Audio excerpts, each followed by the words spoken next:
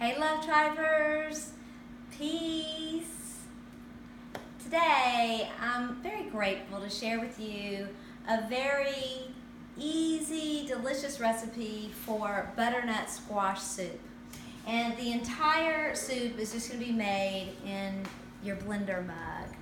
So I've already got 2 cups of warm reverse osmosis water. So I'm using warm water so that as I blend the soup, it's going to create a nice warm soup that can be eaten straight out of the blender mug. And that way it's raw and you're preserving all the nutrients of the ingredients. And I usually add all my liquid ingredients first. So I've got a 1/4 cup of extra virgin olive oil. So I'm just going to pour that straight into the blender mug. And then I've got some maple syrup, and I'm going to put 2 tablespoons of maple syrup. That was a little bit heavy, but that's okay.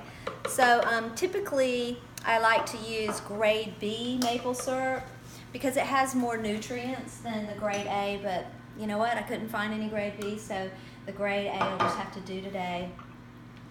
And then I've got about 9 little cherry tomatoes. But you know, you can use really any beautiful tomato that you find at the grocery store, maybe a Roma tomato. So I'm going to go ahead and toss those in. And then I've got some fresh rosemary, and it's about a sprig or so. I'm just going to throw that in. If you don't have fresh rosemary, you can always use dried rosemary. And if you're using dried rosemary, you'll probably want to use about a tablespoon. And the other night, actually, I was making this soup and was out of rosemary, and I used a little bit of cumin and a pinch of cayenne, and it tasted great that way too. So if you want to, you could experiment with other seasonings. And then I'm going to put about a teaspoon of my fine pink Himalaya salt in there.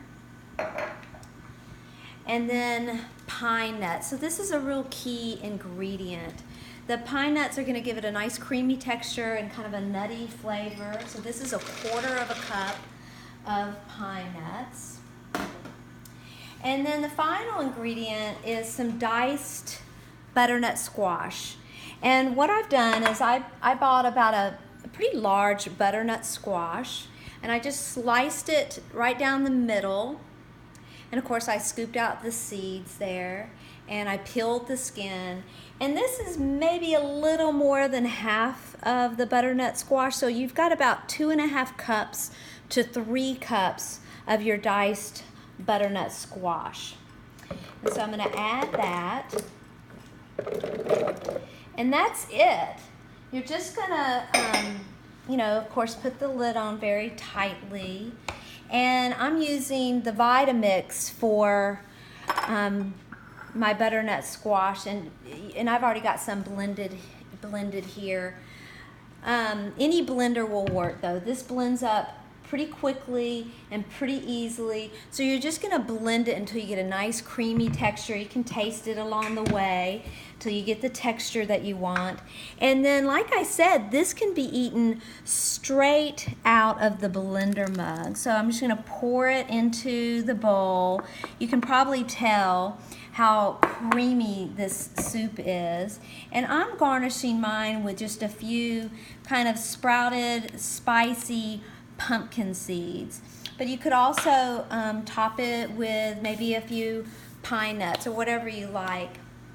Another option for this soup, though, is you could just pour it into a pan and warm it over a low flame just to preserve the nutrients. Just keep the flame really low and just warm it until it's no hotter than like a nice hot bath.